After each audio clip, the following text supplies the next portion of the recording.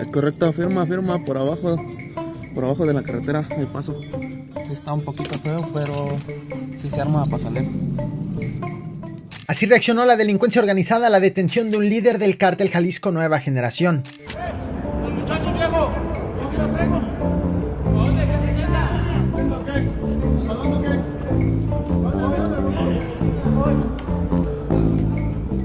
Los grupos delictivos han comenzado a reaccionar a los operativos del ejército mexicano, que se vuelven cada vez más fuertes conforme se acercan las negociaciones con Estados Unidos, que amaga con la imposición de aranceles. En las últimas horas también hemos visto caer a un jefe de plaza en Guanajuato, hemos visto ser extraditado a otro capo a Estados Unidos, han habido cateos en Culiacán, narcolaboratorios desmantelados y hasta investigaciones en contra de alcaldes fotografiados con narcotraficantes. Aquí hay una paradoja: mientras servidores públicos municipales son investigados, a nivel federal el PAN, Morena y el gobierno federal intercambian acusaciones, fotos y videos exhibiendo sus vínculos con el despacho de abogados de Ismael Zambada. Pero eso no es todo. El gobierno de Claudia Sheinbaum ya comenzó a responder en mayo la carta donde exigió su repatriación. Una respuesta en donde ya ha quedado claro cuál será la postura del gobierno mexicano. Todo solo, vengo regresando de pasear a mis perros, todo solo. No hay un carro, Soriana cerrado. Es hora de que pasen muchos vehículos. Aquí está solo. La madrugada de este 25 de febrero fue detenido Jesús alias Don Chuy, presunto jefe de plaza del cártel Jalisco Nueva Generación en Zacapu, Michoacán.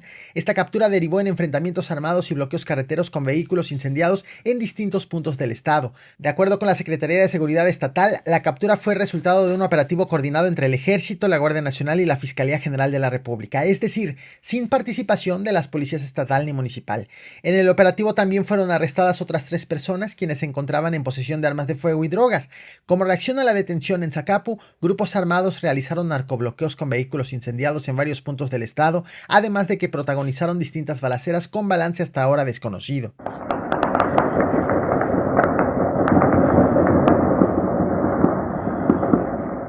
Ante la situación de violencia, el Ayuntamiento de Zacapu informó la suspensión oficial de clases en el municipio como medida de protección para la población estudiantil. En respuesta a los hechos, elementos del ejército y corporaciones policíacas desplegaron un operativo en la zona con el objetivo de restablecer el orden y garantizar la seguridad.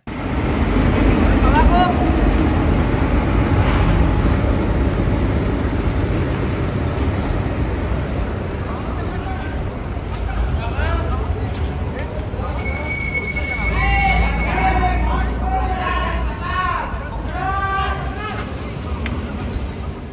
3 días atrás, el 22 de febrero, fue detenido en el municipio de Dolores Hidalgo, en Guanajuato, Cristian Alejandro, alias El Cholo, presunto jefe de sicarios del cártel de Santa Rosa de Lima. De acuerdo con autoridades, en este operativo también participaron elementos del Ejército, Guardia Nacional y Fiscalía General de la República. El Cholo es señalado como uno de los principales generadores de violencia en la entidad y es investigado por actividades relacionadas con la venta ilegal de combustible, narcotráfico, extorsión y secuestro. Durante su captura, las autoridades le aseguraron un rifle, cargadores, cartuchos, metanfetamina, marihuana, un celular y un vehículo. Tras su detención, el Cholo fue trasladado a las instalaciones de la Fiscalía Especializada en Materia de Delincuencia Organizada en la Ciudad de México. Este arresto representa el segundo golpe en solo una semana contra el cártel de Santa Rosa de Lima, el cual no ha sido considerado grupo terrorista por Estados Unidos pese a su nivel de violencia.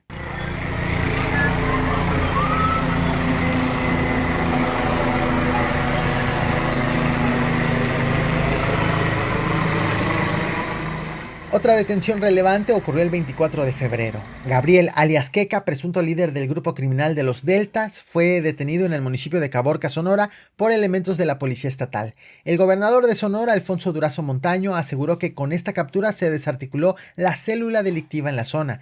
Los Deltas han sido identificados como un brazo armado de los Chapitos. Investigaciones de la Secretaría de Marina señalan que esta organización mantenía una alianza en Sonora con el grupo de los Pelones. De hecho, en semanas previas, autoridades federales y estatales realizaron diversos operativos contra los Deltas, con los cuales detuvieron a 7 personas el 13 de febrero, a un cabecilla apodado Gama 15 el 14 de febrero y a 2 presuntos sicarios el 20 de febrero. Autoridades identifican a los Deltas como responsables de diversos actos de violencia en Sonora, incluyendo homicidios y enfrentamientos armados.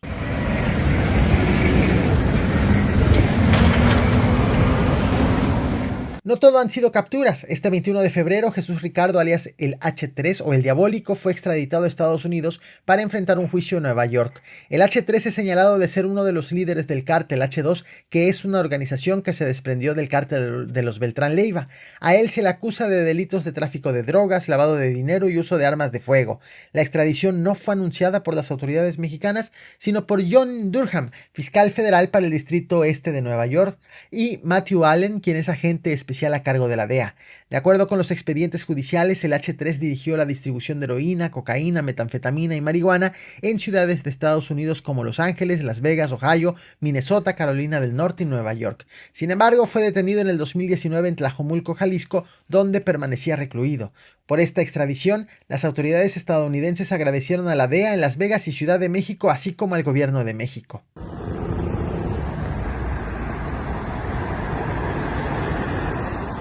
Y hay más. La madrugada del 24 de febrero, elementos de la Fiscalía Especializada en Materia de Delincuencia Organizada catearon una vivienda en Culiacán, Sinaloa. Este cateo ocurrió 5 días después de que la misma vivienda fuera asegurada por elementos del Ejército en un operativo realizado el 19 de febrero, cuando fueron detenidos José Ángel, alias El Güerito, presunto operador financiero del cártel de Sinaloa, y Kevin Alonso, alias El 200, quien fuera jefe de seguridad de Iván Archibaldo. También en Sinaloa continúan los operativos para encontrar cámaras de videovigilancia instaladas por la delincuencia organizada.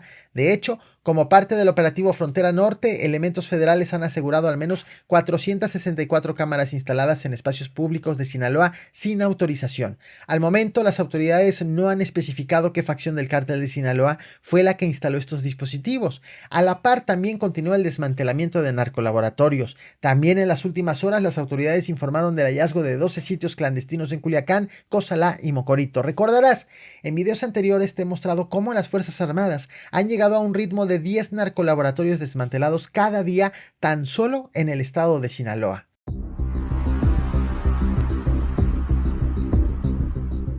¿Recuerdas este video? Se trata de una reunión entre los alcaldes Jesús Corona Damián de Cuautla y Agustín Toledano Amaro de Atlatlaucan, ambos electos en junio del 2024 por la coalición PAN-PRI-PRD Redes Sociales Progresistas en el estado de Morelos. Este 25 de febrero, la Fiscalía General de la República informó que ya inició una investigación contra servidores públicos del estado de Morelos por su presunta participación en la reunión. Omar García Harfuch, secretario de Seguridad y Protección Ciudadana, confirmó esta investigación, aunque no mencionó a los funcionarios bajo indagatoria por sus nombres. Lo cierto es que el delincuente que aparece en el video ha sido identificado como Júpiter Araujo, alias El Barbas. No tenemos nada que ver con nadie que cometa delitos. Y mientras servidores públicos son investigados por haber sido vistos con un narcotraficante, los partidos Acción Nacional y Movimiento Regeneración Nacional intercambian acusaciones de ligas con la defensa de El Mayo Zambada. Luego de una carta emitida por El Mayo y firmada por su defensa, el 22 de febrero, el vocero del PAN, Jorge Triana, acusó al partido de Morena de mantener vínculos con Juan Pablo Penilla Rodríguez, uno de los abogados de El Mayo. El panista aseguró que Penilla Rodríguez participó en la campaña presidencial de Claudia Sheinbaum en el 2024 y promovió las iniciativas de reforma constitucional del entonces presidente Andrés Manuel López Obrador. Como prueba, presentó fotografías en las que el abogado aparece en eventos políticos de Morena. El panista también señaló que el abogado fue galardonado en la Cámara de Diputados y en el Senado y que previamente había representado a Miguel Ángel Treviño Morales, alias el Z40, líder del Cártel del Noreste. Además, se le acusó también de haber sido asesor del gobierno de Tamaulipas, encabezado por el morenista Américo Villarreal.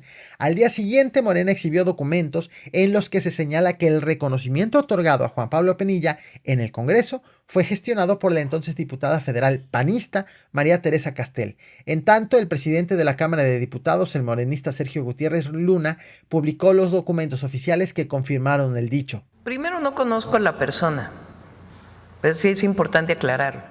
A la par de las acusaciones llegaron las justificaciones. La dirigente nacional de Morena, Luisa María Alcalde, negó que el abogado hubiera trabajado en la campaña de Claudia Sheinbaum y aseguró que no encontró evidencia de que haya formado parte del equipo legal o de asesoría de Morena.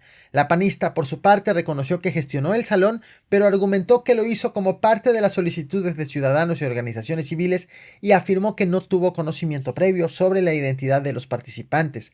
También el gobierno de Tamaulipas, encabezado por el morenista Américo Villarreal, se deslindó del abogado asegurando que el contrato fue cancelado. Incluso el mismo abogado emitió un comunicado asegurando que no es ni ha sido funcionario ni asesor de presidencia. Fue así que este 24 de febrero la presidenta de México negó en la conferencia matutina tener ligas con el abogado de El Mayo Zambada. Porque sale una fotografía ahí en donde ni sé exactamente en qué lugares, pero en la campaña, en los recorridos que hace uno por el país, pues se saca uno fotografías con muchísima gente. Las acusaciones también giraron en torno a Sergio Arturo Ramírez, a quien ves en pantalla. Él es el director del despacho jurídico que asesora a El Mayo Zambada. El vocero del PAN, Jorge Triana, también acusó que Sergio Ramírez es militante de Morena según se consignan en documentos oficiales. También presentó una fotografía en la que el abogado aparece junto a Juan Pablo Penilla, el abogado del Mayo, y en otra imagen también posando con la presidenta Claudia Sheinbaum. También señaló que Sergio Ramírez fue suplente del exdiputado morenista Sergio Mayer, quien la noche de este 25 de febrero reconoció conocerlo, aunque dijo que ignoraba que defendía a narcotraficantes.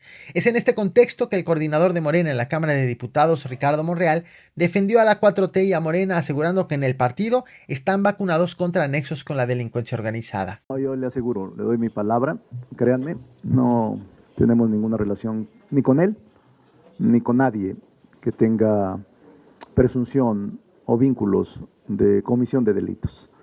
No, Morena en la Cámara de Diputados actúa con estricta responsabilidad, aunque diario nos reunimos con mucha gente que viene aquí a la Cámara. Yo salgo, o cualquiera de nosotros sale a mítines o a reuniones o a entrevistas o a conferencias y la gente te pide una fotografía, te pide una selfie. Y evidentemente tú lo haces aun cuando no conoces a las personas. Mientras eso ocurre en México, en Estados Unidos El Mayo Zambada planea declararse culpable con la condición de que no enfrente la pena de muerte, según informó su defensa. Actualmente Ismael Zambada enfrenta 17 cargos en una corte federal en Nueva York. En septiembre del 2024 se declaró inocente de los cargos, pero su abogado Frank Pérez señaló que su estrategia de defensa ha cambiado. Al momento, según reveló, las autoridades estadounidenses no han dado una respuesta sobre la posibilidad de un acuerdo. Lo cierto es que sobre la carta que envió al gobierno mexicano exigiendo su repatriación, ya comenzó a ser respondida por las autoridades. El primer posicionamiento llegó de la presidenta Claudia Sheinbaum, quien aseguró que su gobierno no cederá a presiones externas ni caerá en chantajes en relación con la solicitud de repatriación de Ismael El Mayo Zambada. Pues ni caemos en chantajes ni caemos en amenazas. Cumplimos con nuestra responsabilidad, con la Constitución y con las leyes. Sin embargo, durante la conferencia del 25 de febrero, el fiscal general de la República, Alejandro Gertz Manero, informó que México sí solicitó a Estados Unidos la extradición de Ismael El Mayo Zambada y lo hizo desde julio del año pasado, es decir, pocas horas después de que el capo fue detenido en El Paso, Texas.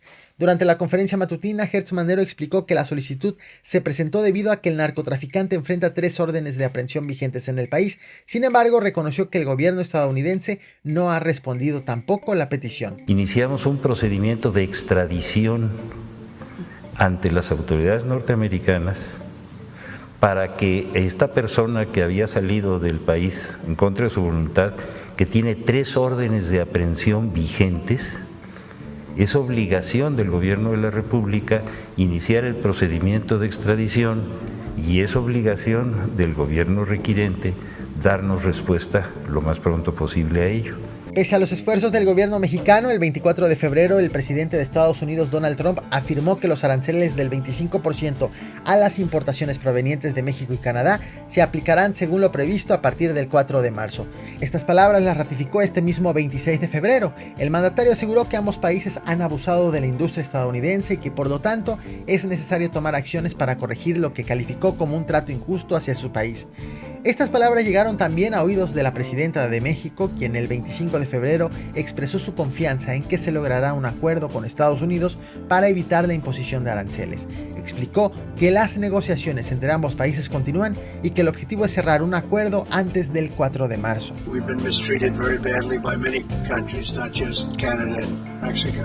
Siempre digo que hay que tener cabeza fría y no tomar las frases aisladas. Evidentemente tiene que cerrarse el acuerdo esta semana. El martes es la fecha de hoy en 8, es justamente la fecha que planteamos que se cierra este periodo de suspensión que se pactó en aquella llamada telefónica, hasta el 4 de marzo.